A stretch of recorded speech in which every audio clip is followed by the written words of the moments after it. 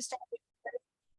Awesome. Okay, so when I joined eXp, my whole idea for joining eXp and moving my business to eXp was I like the revenue share aspect of eXp because I saw what could maybe happen on the back end of that aspect. Yes, we get to build our businesses together, and eXp makes financially incentivizes agents to build eXp. And I was thinking like, oh, if we're all going to be now aligned with one another financially, then it makes sense to help build businesses together. And that's really what gave legs to Powerhouse. And I always had hopes and dreams that it would turn into something like this, but wasn't actually really sure when I got started. That is the other thing of building businesses, is you don't actually know. But Jantzee had an incredible rookie year. And I remember talking to Jantzee before she joined eXp and joined Powerhouse specifically. And she had a lot of different options she was looking at. She was a good agent doing her due diligence. And she ended up at Powerhouse. And I remember telling Jantzee, I think you have to go back to like being this little tiny baby agent. And I remember telling Jantzee, like, no, like you have everything you need. You're going to kill it. But again, just like I didn't know Powerhouse was going to take off with eXp, I don't think Jantzee knew she was going to take off in real estate as she did. So really quick, Jantzee, give a quick background introduction to yourself, where you're located, and kind of just a quick introduction for everyone. Okay, I'm Jantzee Ellis, as you've all heard my name by now, but I am in Washington State. I'm right smack in the middle between Tacoma and Olympia. And this location, we serve Joint Base Lewis McChord, which is an Army and an Air Force base. And that's important. You'll find out why, because that is the majority of my business. But my husband is active duty Army. He's a Green Beret, so gone a lot. Don't always know what he's doing or what's going on, but it's an exciting life. We'll say that. But I have a newly turned 4-year-old who she's a big part of my story. And then I have a 3-week-old baby boy. Yeah, she just casually mentions that she had a 3-week-old. She has a 3-week-old baby. So I was pumping right before I hopped on here. Well, and I realized like, oh, this is going to butt up right to when she's having her baby. Cause I think we put this on the calendar 3 or 4 months ago and I didn't quite do the math on it. And I tried to tell Jantzee like a month ago, I'm like, hey, we'll reschedule. Let's do it another time. And this is why I knew Jantzee was going to be successful in real estate. Cause she's like, oh, no, I already have it figured out. Like my husband's going to be home. Like, it's not a problem. Like I can hold this date. And I thought, okay, well, I'm not to tell you otherwise, right? So really quick, Jantzee, like what prompted you to pursue real estate as a career? We want to get into the nitty gritties of your business, but what prompted you to pursue real estate as a career? So actually, it hadn't been on my radar. My background is in broadcast journalism. I have my degree in broadcast journalism. I worked for ESPNU for a while. It was actually us being stationed in Okinawa, Japan, that kind of put this into motion because it kind of put my career on hold. We're out there in the middle of nowhere on an island. I worked for the local radio station. I had a podcast, things like that. But that's when I started learning that I didn't necessarily love it, that maybe that wasn't what I was actually meant to do. And then we bought our first house sight unseen, coming home from Japan. I had a 3-month-old baby at that time, and I felt like our agent, who was another military spouse, was just kind of pushing us along, just getting it done. There was no, we were first-time home buyers. We knew nothing. We were on the other side of the world. We were tired, and every question felt like we were idiots, kind of. I'm like, I am not like a dumb person. I'm a competent person. Why is none of this making sense? And it was just kind of, just sign the papers. And I'm like, okay. And we got here. Yeah, exactly. I knew that there had to be more to it. And I got here, kind of hated our house, really hated our house. Yeah, we put a whole lot of work into it. And when I saw the closing statement and saw how much that agent made, I was like, wait, what? Like, for the few Facebook messages you sent me, you made that much money? Like, there can be so much more to this. And now I know she was doing things on the other side that I had no idea. I can recognize that now. Okay. Yeah, but it was enough to really get me to think like I could do this so much better. Yes, I And not remember. in, Well, yeah. I remember talking to you. I forgot that you had that background in journalism. And I remember thinking, like, oh, yeah, you're going to be great because you're used to talking to people. You're good with words. Like, that is a legitimate skill set, which a lot of female agents that get into real estate, they have this previous career that tends to serve them really well inside their business. So, how did you end up picking your first brokerage? Like, what were your top three must-haves when you were evaluating your options? Because you talked to multiple brokerages. And I thought, I kind of knew that I always wanted to end up with eXp and with Amy. I had started following her when I first started thinking about, probably getting my license. I had a bunch of things holding me back. My husband was about to deploy. I'm like, how could I possibly do this? And I just felt the pull. I just kept feeling the pull and I did it. I went through the course, passed my test really quick. And then I still just, something was holding me back and I just couldn't commit. And I'm like, oh, well, maybe when he gets back, maybe. And there were a lot of other factors too. But everybody told me that I needed a team. I needed to be in an office with somebody telling me this is exactly how you do it and handing me things and working 9 to 5. And honestly, that was the biggest deterrent for me because, military members, they don't make a whole lot of money. And so, and I didn't know, like Amy said, I didn't know how, you know, if I would be successful. I didn't know. So I didn't want to put my daughter. Jantzee, just by show of hands, if you are in the audience, by show of hands, as a newer agent, how many of you thought that you would need to like be in an office or on a team in order to be successful your first year in real estate? How many of you heard a version of that story? I'm just wondering if that really is like the overarching message that a lot of people are hearing. Okay, keep your hands up. Okay. Or just drop a yes in the chat if that's easier. Okay. So that is like a lot of people feel that same way. Yeah.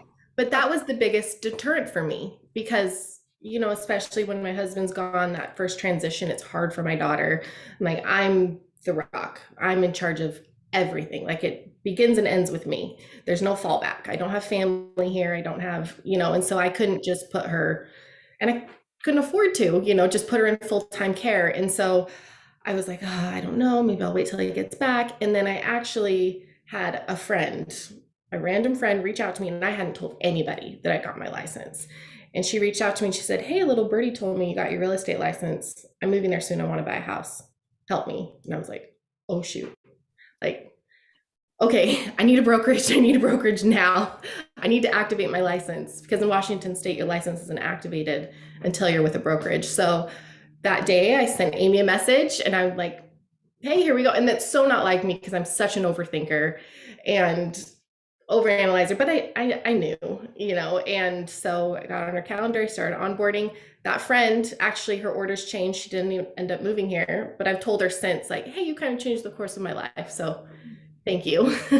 But having, being able to work whatever hours, in the middle of the night at nap time.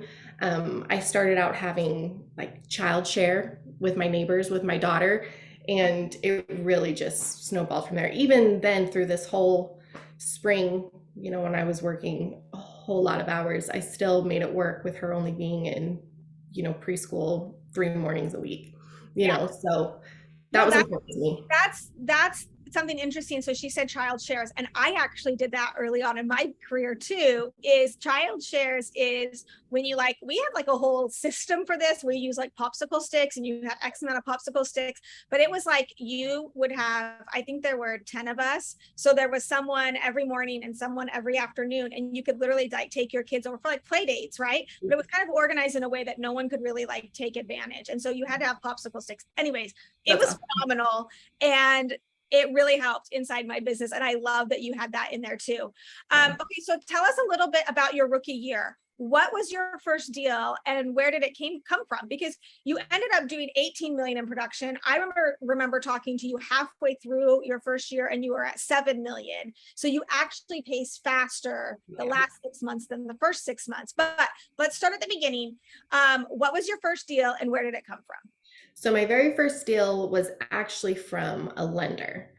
I have a friend who's a lender. She was a junior lender at the time. Now we've kind of gone up together. I feed her a ton of business, and I'll always be grateful for her because she helped me get started, But a bigger lender in her office who had some people that had credit trouble. They had gone through like a rehabilitation program, and I got that lucky client who he was.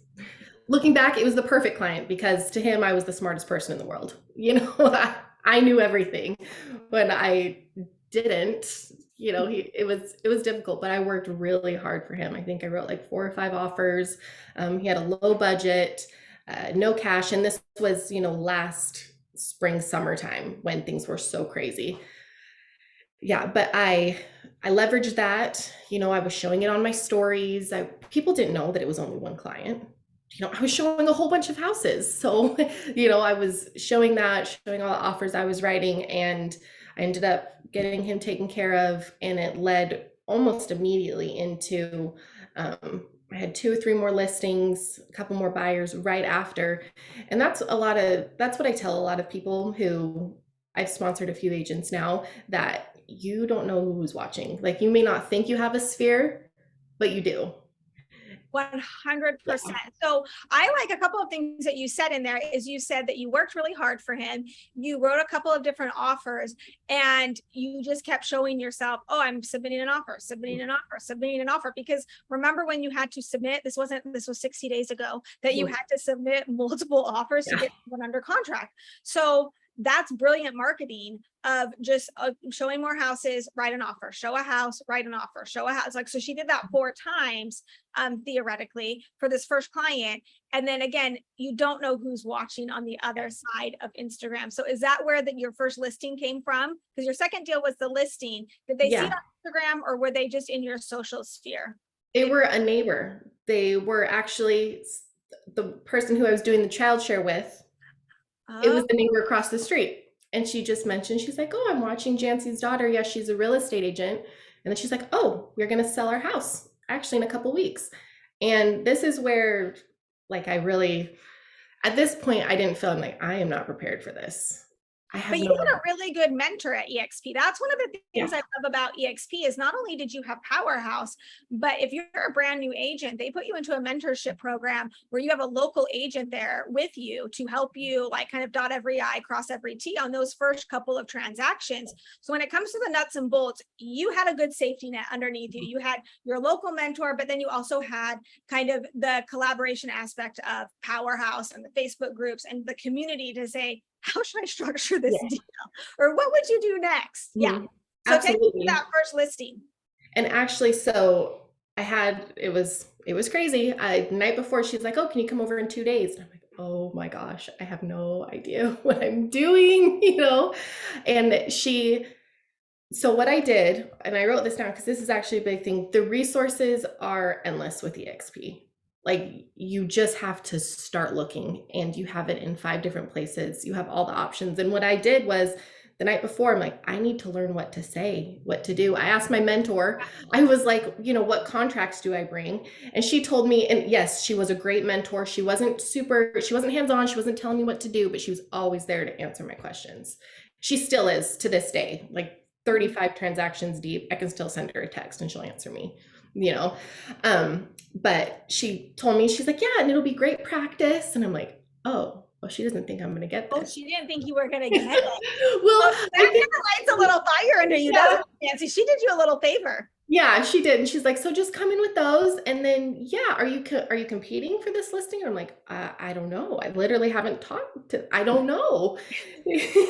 And she's like, well, this will be great practice. Just read the contract and go over it with them. I'm like, okay. And I'm like, no, there's more to this. So I searched in the eXp library and I found an icon series.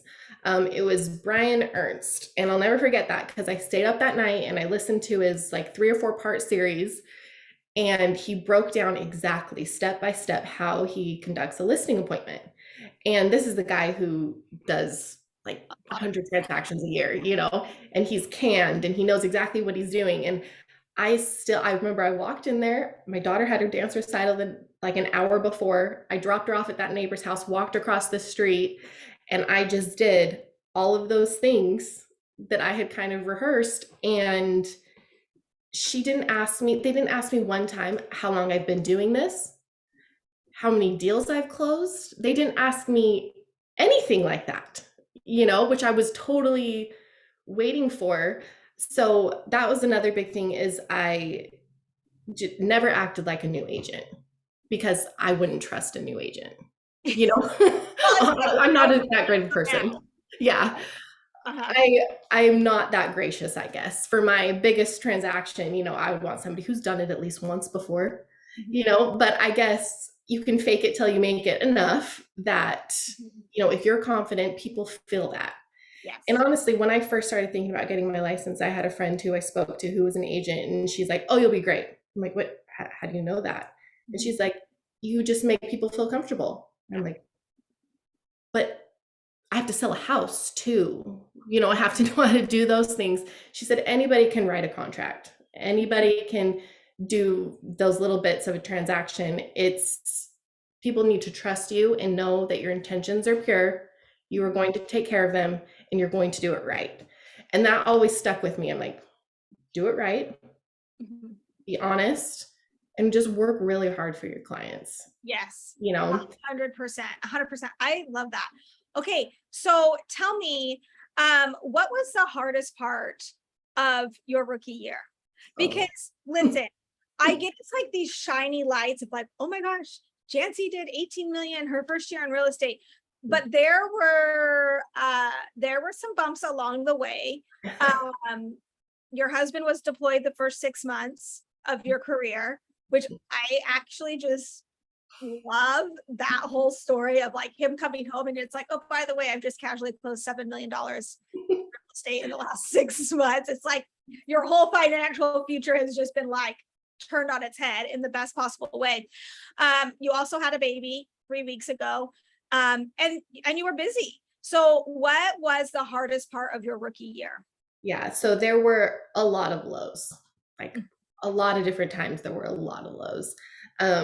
But the one that sticks out to me, I was talking to my husband about this. He's like, duh, how can you even think anything else? But it was when I first got started, it was like almost exactly a year ago. I got COVID really bad, really, really bad. And my daughter had it really, really bad. We were super, super sick. My mom got it at the same time. She was in the ICU at home with COVID. My husband was deployed and I was trying to work, keep things going on, and I didn't want to show it to anybody. And I couldn't have anybody help me because we were so sick. And I had a transaction. I had some clients completely like go behind my back, betray my trust. It was a seasoned agent that was kind of coaching them, telling them what to say to take advantage of me. And then he ended up taking the listing. And I like thought my life was over. I'm like, how can people be so mean and so cold? Like, it just doesn't make sense to me. Cause to me, like I see right and wrong. I'm like, that was just so wrong. How can people be that way?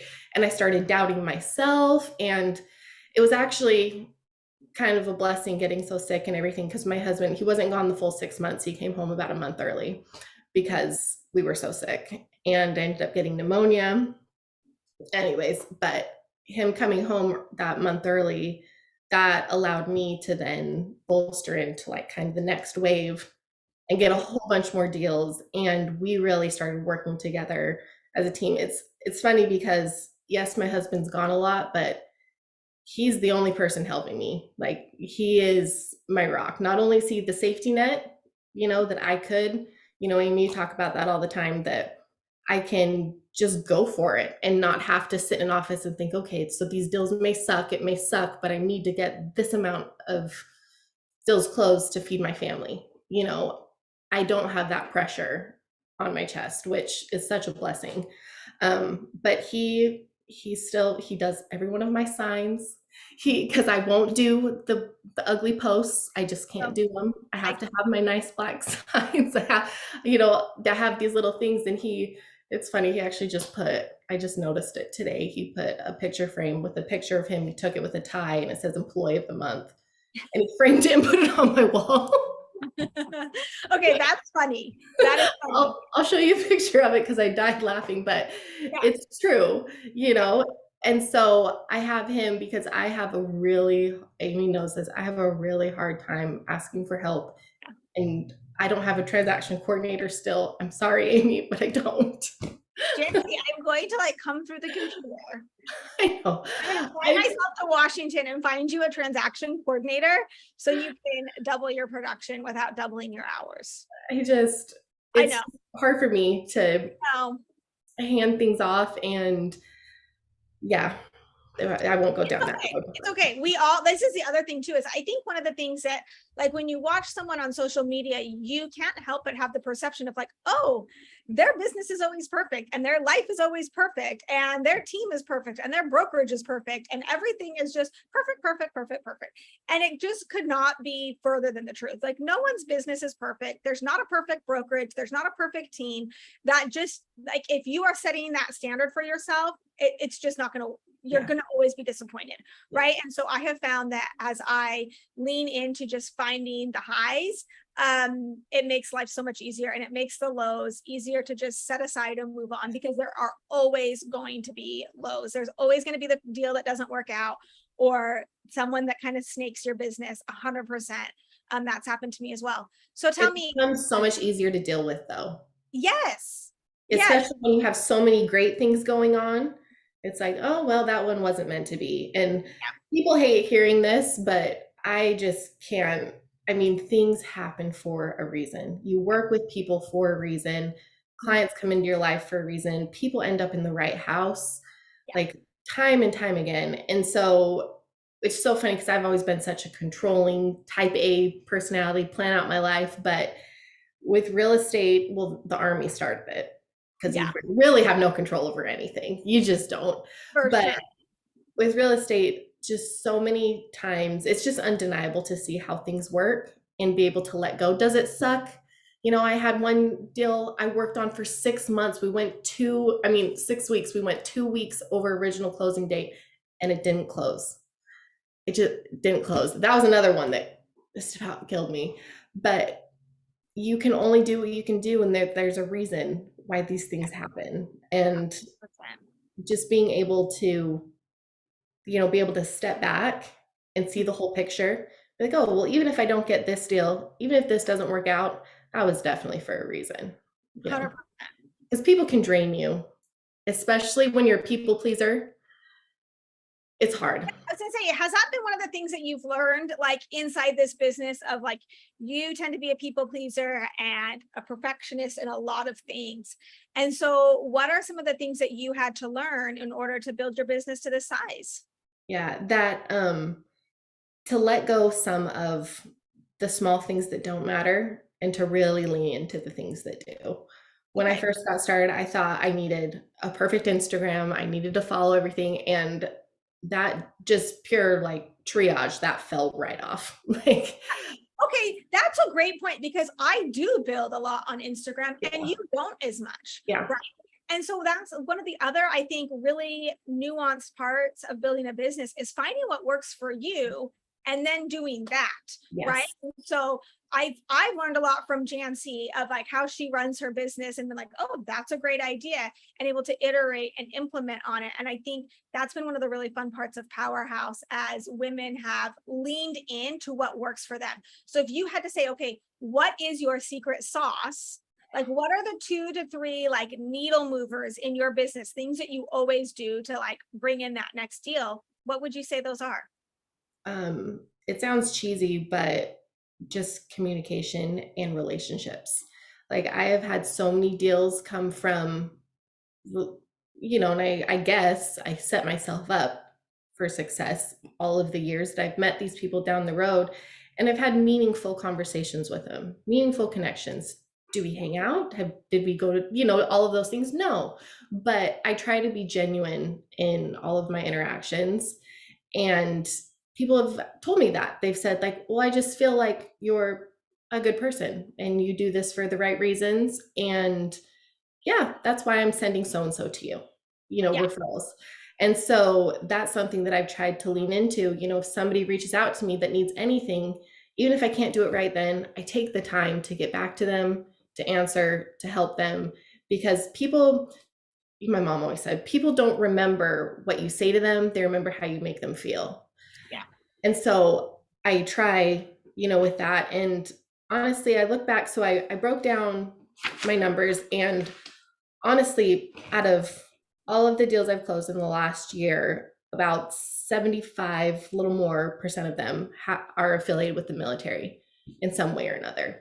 So for me, that's a big thing that I lean into, is that, hey, this is me and my family. I get this. I've done this.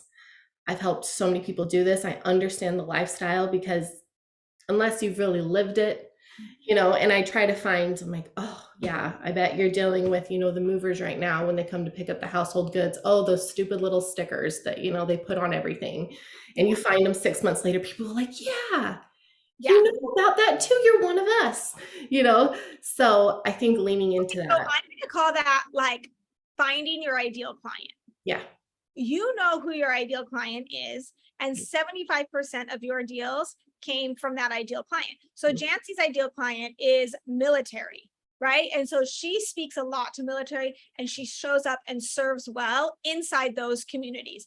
I'm assuming it's Facebook groups, it's in real life, right? Because you're interacting in real life wherever you're stationed. But I think if you're not in the military, or if your military is not your ideal client, like my ideal client was moms. I went and pursued like moms that were like buying like that move up home. And that was my ideal client. You'll notice that's all I talk to on Instagram, is talking about kind of like that move up home, buying the dream home, so to speak. And so zeroing in on that ideal client. And then the next question is how can you serve them? And how can you like add value to them? And so what Jantzee says, what I'm hearing you say, correct me if I'm wrong, Jantzee, is you're saying, hey, whenever someone needs something, I'm going to try and be the connector. So if they're struggling to find a preschool in a new area, Jantzee's going to send them a list. Or if they need an electrician, Jantzee's going to send them a list. Or if they're wondering, I don't even know, whatever else. Now, being that connector doesn't serve Jantzee at all, right? That doesn't do anything for Jantzee. But one of these things is that starts to become reciprocal, right? Like I always laugh, and like my pool builder, the person that built my pool, he laughs. He's like, literally, you sell 5 or 6 pools for me every single year. Because someone asked me about it, and I'm like, oh, I think he services my pool for free. His son is a real estate agent, so he's not even referring me deals, which is fine. He's still the best. And so I'm still referring him to the best. But what happens is I refer him to people, and then those people are like, oh my gosh, he's the best, which then makes you the expert. Yeah. Right. And so then somehow when they need something else, they go back to Jantzee because she solved that problem for them. She can probably solve it, and they've had a good experience, and it just is like a positive tick for them. So number one is know your ideal audience, know your ideal client, and really serve them. And then what else would you say has like led you to getting 35 transactions? Is that how many transactions you did? Yeah. So, okay, there's a little bit of, yeah. So when you say 18 million, it kind of like kills me a little bit, because when I hit my exact 1 year mark, I closed 14 million, but had the other 4 plus under contract in escrow. Okay. Yes. Fair enough. Fair enough. But for me, I like why you love Jantzee, right? Because she's transparent on it. This is actually phenomenal, because I've come back and forth. I'm like, wait, what was that number again? What was Jantzee sitting at? Was it 15 million? Was it 18 million? I know she was at 7 million. And then what did it pace to? Okay, so that's a prime example of why people trust Jantzee. Because raise your hand if that even made any difference to you. When she's like, what it told you is, oh, she's honest even when it doesn't matter. But it matters to me, and like to a fault. Yeah. In my appointments, everything, I go through that contract line by line. I explain these things. I explain the bad side, the good side. Honesty is something that continues on past the transaction, past everything, because people find out.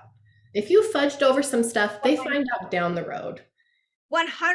And I think especially in real estate, and especially with real estate agents, like real estate agents are like infamous for like, well, kind of, Yeah, so it's like, so Jamie says it made the difference in showing how amazingly honest she is, but it doesn't matter, like they're not measuring your success any different, right? If anything, they're like, oh, I actually like that even more.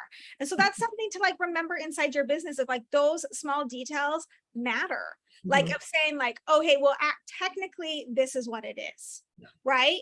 And owning that and being like, I like honest to a fault. I've literally lost deals because I was like honest to a fault. At things I didn't need to like bring to the forefront. Okay, so quick question for you. Like looking back, what advice, if you have questions for Jantzee, drop them in the chat and we'll open up for a Q&A here in just a second. But looking back, what advice would you have for yourself 1 year ago? I would get systems in place before I got busy. Like Okay, 1,000%. I think that is your advice for yourself right now, Yeah. right? Yeah.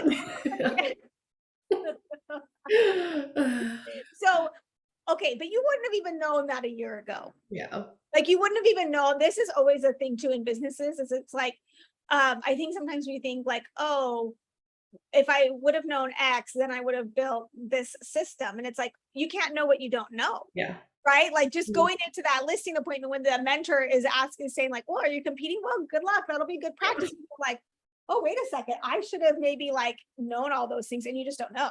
Yeah. Right. So what, 1 year ago, what would you tell the version of you from 1 year ago? Like think about little baby agent Jantzee. Your husband is heading out on deployment. You've got a 3-year-old at the time at home. You're the sole caretaker, household runner. What would you tell her? Like how are, like there's a lot of growth in this year. A ton of growth. And growth is exciting and also a little bit painful. Yeah, that there would be a lot of growth, and that I would completely change as a person, and that things that used to matter maybe wouldn't matter as much anymore. But I would tell myself, honestly, I look back and still I would say, still do things your way, still get into the weeds with everything, be detailed, because looking back, people tell me that that's what set me apart was, you know, all of the details at my open houses and my signs. I had one listing that I got 2 more listings in the neighborhood because the wives liked my signs, essentially, you know. So I'm like, okay, so the fact that you spent, you know, 2 nights changing the font on your sign for no reason, you know, okay, that was okay. But I would just say to give myself grace, because I wasn't giving myself a whole lot of that at the beginning. I wanted to be able to do everything at once, and just to let myself know that it's all going to be okay. Like it's all going to work out. And yeah, I want to see your signs now. Will you take a picture and post them inside the Powerhouse Facebook group when you get they're not that great. They're very simple, but okay, they are great. You pulled 2 listings from them. 100%. I love it. Pop them inside the Powerhouse group Facebook page, and I will post them on Facebook. I'll blur out your phone number. Like, Jantzee, please blur that out. I don't mind. Yeah. But so what would you tell yourself? So if we look at like the amount of growth that you had in this last 12 months, and you look back at you a year ago, and you were to like write yourself a thank you note, like what would you tell that version of Jantzee? Because you took some big risks. Yeah. In a lot of ways, like you really put yourself out there. Yeah. Oh my gosh, I don't even know. And I have like a lot of hormones going right now. Like, you can ask me this right now. Just wow. I don't know. Just thank you for sticking with it and not giving up and giving it your all, because honestly, I can look back and things that even if they didn't work out, I can sleep at night knowing that I did my best and I gave my all. So I don't have regrets in that sense, which is so huge, because at a lot of different points in my life, I have pages of regrets, you know, like, oh, you should have done this. You should have done more of this. You should have done more of that. But I feel like I listened and just jumped and threw my whole self in. I would say to maybe not sacrifice my sanity Mhm. quite as much as I did at times. Um, Yeah. yeah. I mean, because I'm assuming you had some sleepless nights that Oh first year. yeah. Mhm. Yeah. I had so many sleepless nights my first year. So if you're in your first year and you're having sleepless nights, you're doing it right. Like, Yes. And I I think remember you saying that that. that is like part of the process of the mental bandwidth that suddenly is like placed upon you. You're Mhm. like, oh gosh, this is a lot of pressure. This is really important to someone. I don't want to Yes. mess it up. Yeah. Yeah. And honestly, that's funny you said that. My husband is asking me, he's like, what is it that motivates you? He's like, it's not money, because it really isn't. Like a year ago, the amount of money, like a commission check that I get, this sounds like ugh, just yeah. But they're just kind of numbers now. Like, does that money, did it change our life? Sure. Did it open up possibilities? But that's not why I continue to do it, because I don't know, like there's a certain this I don't know. This may sound silly, but for me, I'm like fiercely competitive, like to a fault, and I hate losing way more than I like winning. Like way more. I've learned that losing like tears me up. And so that's my motivation, is to win for my clients and to serve them and to have a good experience with them. And I would say that that's a big thing, is keeping that servant mindset. I'm not saying you're a servant for them, Yes. but remember why you're doing it. And like I said, people can sense your intentions. They know why you're doing it. And then also, there were some times, so I had like a really great summer last year, and then things really slowed down in the fall. Looking back, it was a blessing because I got pregnant and I was sick, and I needed that time, like that month of November to calm Gotcha. down a little bit. But when I got, to January, I'm like, I don't know, like, was it just a flash? Did I just have a great summer? Was that just beginner's luck? Okay, question for the group, because I think that is a really common thing that new agents do. So drop a yes in the chat if you sometimes convince yourself that you had a lucky 3 months or a lucky 6 months. Drop a yes in the group if you sometimes convince yourself of that. Okay, Jessica Lopez is saying yes. Okay, Jessica Lopez is saying yes, then you know it's true. Jessica Lopez is like a seasoned vet. And so you know that, yeah, everyone is saying that. So that's like a really normal thought for But agents now, to yeah, have. So how do you overcome that then? I kind of just have switched my mindset to have more of an abundance mindset instead of scarcity. And this is what I tell, like my other agents that I sponsor, is if you like, there's so much business out there. So There much is out there. so much business. There is enough room for everybody. Mhm. That was a big thing that held me back getting started, is there's so many, military specialists and PCS specialists and people who have the market cornered. They don't. There is so much business out there. And if you have that approach that the deals will keep coming, I don't know, this again, it sounds kind of hokey, but if you are worried, if you're like, well, I'm not going to have another deal, how am I going to do this? I'm not going to be able to continue. Where am I going to find it? I don't know. It's like putting that out to the universe, So instead of having that scarcity, like, where's my next one going to come from? It's like, it'll come. Let me just keep doing the things that I know that'll work.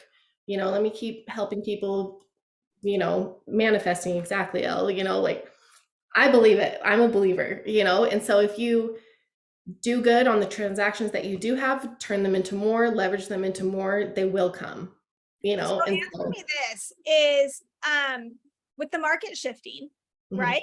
What are like the 2 or 3 things on your radar for the next 3 to 6 months inside your business to keep your transactions growing or mhm, just on pace even? Maybe you don't yeah, want growth right this season. no, Other thing is I think agents need to stop always, like, you can't always be in growth mode. Like right now I'm in maintenance mode because I like to summer really hard. I'm yeah, clearly not in my house.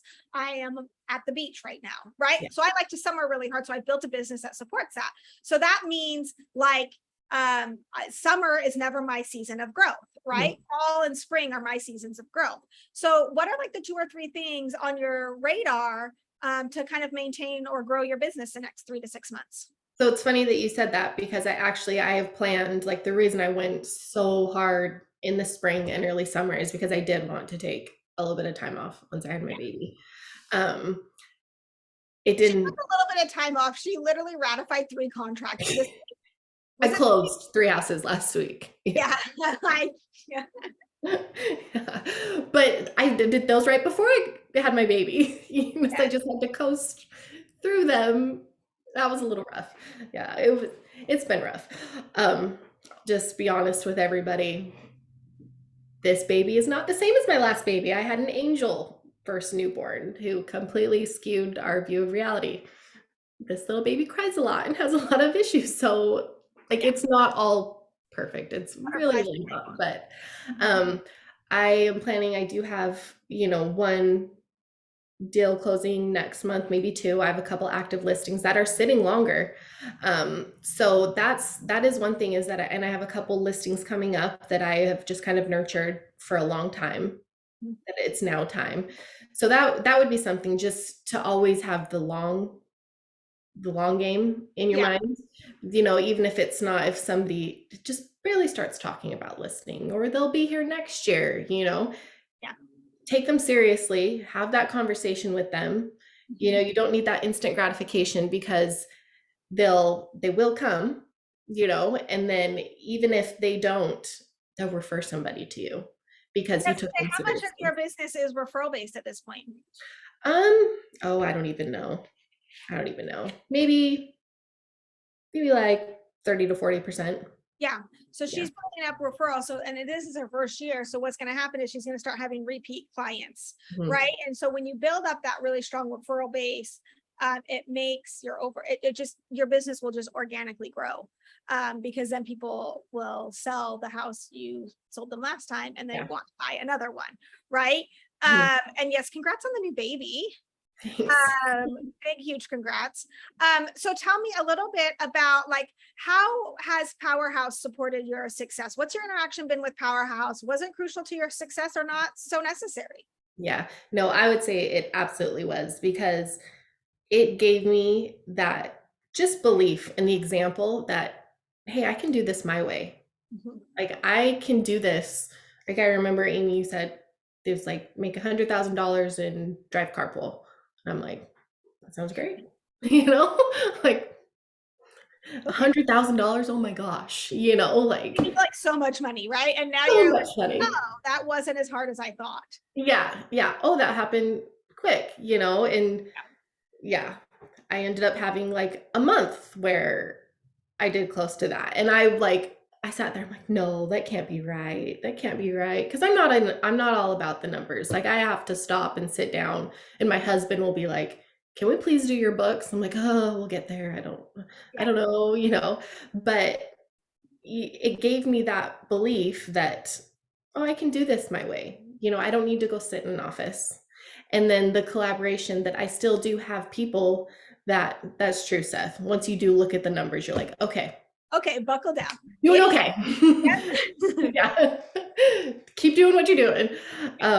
But seeing that there were other people that were doing it the way I wanted to do it, and still Jessica, she's somebody she's a great inspiration to me that I look at. I'm like, oh, she still has her 2 kids. She still spends time with them and she sells a crap ton of houses and seems to have, a pretty good Did balance you in her think life. that that was possible? Like before you started in real estate, I had the impression that in order to be successful in real estate, I would almost have to like abandon my motherhood because I would be required to be working around the clock all Yep. of the time. That was my impression. Was Mhm. that your impression? Yeah, and that's why it took me over 4 months from passing my test to activating my license and joining a brokerage because I thought that that's what that was going to have to be. I thought I had to make that choice. And, were there times that my daughter, like, Yeah. yes, I'm sorry, you have to go over and be with them and it'll be fine. And I'm sorry, just keep playing. I'll sit here by you, but I have to work, Yeah. And thankfully, like, she was old enough, she could understand that for the most part, Yeah. But so, of course, there are sacrifices, but it did not have to be a 9 to 5 and then showing houses all night and then open houses every weekend and never seeing her because it doesn't have to be that way. Is that a path? Sure. but it wasn't one that I wanted to do. And so seeing in Powerhouse that there were other people that were doing it that way was really inspiring to me. And then the collaboration, inside of these Powerhouse meetings, there were plenty of times where, I would ask, Jessica or Jen or somebody like, how would you do this? And then as you say, troubleshooting your business. It's so helpful to be able to do that. And I'm naturally not a person who I like to figure it out myself. I like to exhaust all resources I have before I ask, what's the answer to something. And so when I do have that question that I've gotten to the point that I want to ask, Jessica Lopez and Jen Denny. Yeah, she's talking about Jessica Lopez and Jen Denny. So inside of Powerhouse, every single week, a Powerhouse agent is usually teaching. So Jantzee has taught us like, okay, hey, this is the military lingo. Like, this is how this works, because guess what? I'm not an expert in everything, and nor is Jantzee, and nor can anyone be. If you're an expert in everything, you're an expert in nothing. Right?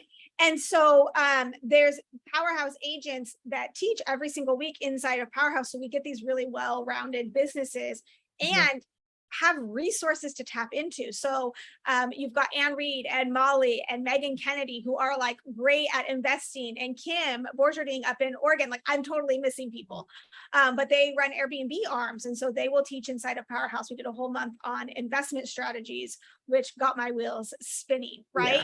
And like Jessica Lopez and Jen Denny and Danielle Carlisle and Lindsay Carlisle and Danielle Campbell, there's so many more, really run these referral-based, community-driven businesses. And so they teach inside of Powerhouse. Sandra McGann was an expert at like converting Op-City leads. So she would teach inside of Powerhouse. And collectively, we've seen agents create massive growth inside their businesses just from the ability to take an idea of Jantzee's and then iterate on it and make it your own. Like the thought inside Powerhouse is that ideas should always grow, right? And so as you share more ideas, we will get more iterations of it. So like Amber Nardino has a great tracker. Have you used Amber Nardino's tracker? I've started. Yeah. Full honesty, it's like, kind of, I'm trying to track things, right? But Amber Nardino has a great tracker, and she ended up selling less houses, but making more money, and like really bought back a lot of her time, which is a really fun story. And so she shares that tracker with us. And then I've seen it like iterated, right? I feel like Jessica took that tracker and made it more visual, where you'd like cross off the houses, and Sandra, I know, uses that as well. And so I think that's been the funnest part of Powerhouse, is seeing people take ideas and iterate on them inside their business. And then honestly, like, yes, that's all great. The ideas, the collaboration, things like that. But I have had actual referrals, deals closed that come from Powerhouse, like actual that translate into the hard numbers, so beyond the community, everything like that. And so that listing that I told you about that turned into 2 more listings, I got that as a referral off of eXp Workplace. And everybody, this was back, I think like around Christmas. I remember I was driving home from Utah. I was like in the middle of nowhere, Idaho, with no service, and it was posted. It was a military family in one of the areas. And I'm like, oh, I need this. And so I posted in our group chat. I'm like, I'd love help with this listing. And everybody hopped on. Everybody said, yes, Jantzee's the one you want. Oh, she's a military specialist, everything. And there were so many people, but they chose me I beat out over Icon agents. There's a bunch of Icon agents that always need to get all the referrals, but I won that one. And they're like, oh, well, you just had so many people that, really believed in you and referred you, and didn't just say like, oh, Jantzee, they said, oh, she would be great because XYZ. Or people that had actually worked with me, like Ann Reed, she sent me a great referral, last summer. And it was an amazing referral. And doesn't that make your business feel more like all encompassing, because like Absolutely. I sent Anne Reed a referral. I had buyers wanting to buy an Airbnb up in her area, and I'm like, oh my gosh, Anne's the perfect person, because not only is she in that area and local to that area, but she also specializes in Airbnb. She gets the numbers on that. And so that's been a really fun part of Powerhouse as well, being able to like refer deals and saying like, well, I have a nationwide network and a nationwide team, because most people there's a lot of people, real estate's not local anymore. No. It's not just your local market anymore. I love think that. able to leverage that, like even in listing appointments and things like that. I can say like, oh, I have this nationwide group. I share my listing. If they have somebody moving here, it's eyes there too. Yeah. So 100%. it's a tangible thing to be able to leverage. 100%. It's been awesome. So, okay, really quick, last question is, what are your hopes for, like, who do you want to be a year from now? I want to have a little bit more balance. A little bit more balance. I like Yeah. that. Somebody to help me a little bit more. Nikki, she's been helping me on some of my listings over on the other side of base. Yeah. And that's something that I definitely need to utilize, because it helps her too, because then she can use that in her marketing, that she, I call her a listing manager. I got that from Kim Buckner. Oh yeah, Kim Buckner is so good at like phrasing. Yeah. Yeah. And so she can use that, and then it helps me, and I guess just to have a little bit more of my time. Yeah. I don't think I want to grow too much more transaction wise, at least keep the same, because I'm being realistic with myself. Mhm. With a baby now, I am kind of starting over. It's really hit me. Yep. You know what, Jantzee, I'm going to tell you something. Yeah. The year where I had a newborn baby was my hardest year. Yeah. That was my hardest year. And I was really hard on myself, because I thought, oh, I want to like, I set ridiculous expectations for myself. Like, I'm going to double my business and have a brand new baby where I'm not sleeping at night. Like, that's not reasonable. Like, so please don't put that pressure on yourself inside your business. One of the things I think, again, it goes back to that thought of thinking like, oh, maybe I just got lucky and maybe I can't repeat this ever again. And so we want to like hang really tight to it. But the fact of the matter is if you're good at real estate, you're always going to be good at real estate, and you can put it down for a minute and then pick it up whenever you're ready to pick it up. So be gracious with yourself. And I'm hoping this is the year that you like get those systems and hire that help and find those people to like keep your business growing, but not at the expense of your family. Yeah, so that would be my goal, actually, is I'm going to try to, and I think, like I said, everything happens for a reason. The market slowing down just a little bit, things taking a little longer to sell. It all happens the way it's supposed to happen. When I first got pregnant, and I was like, we had been trying for a long time, and I'm like, really, in the middle of summer, that's when I finally am going to have the baby, like the busiest time of year. But the timing was perfect, because the market slowed down big time here. I was able to catch my breath. I can still serve those clients that I do have really well. And so I would say that would be kind of my goal for the year, is to give myself some grace, because I know that there will be hard times, but to still keep my business moving along. I don't expect to do the same amount of volume, nor do I really want to this next little bit. Wait a second though. I'm going to tell you two things. One, Julie has a great question, because I think we pull a page out of Amber's book, because Amber like hit burnout, and that was her story. Was she ended up closing less deals for more, like brought home more money. So let's answer Julie's question. What's your average price range, like sales price range? I would say it's between 5 and 6. Okay, so between 5 and 600.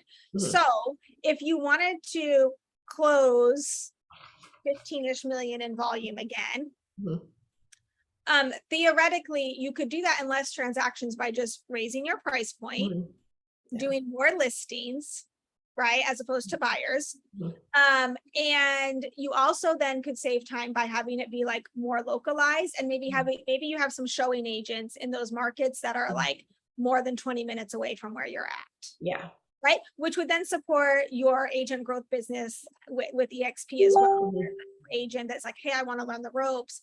It's like being on a team without having to be on a team. So right, they kind of get best of both worlds.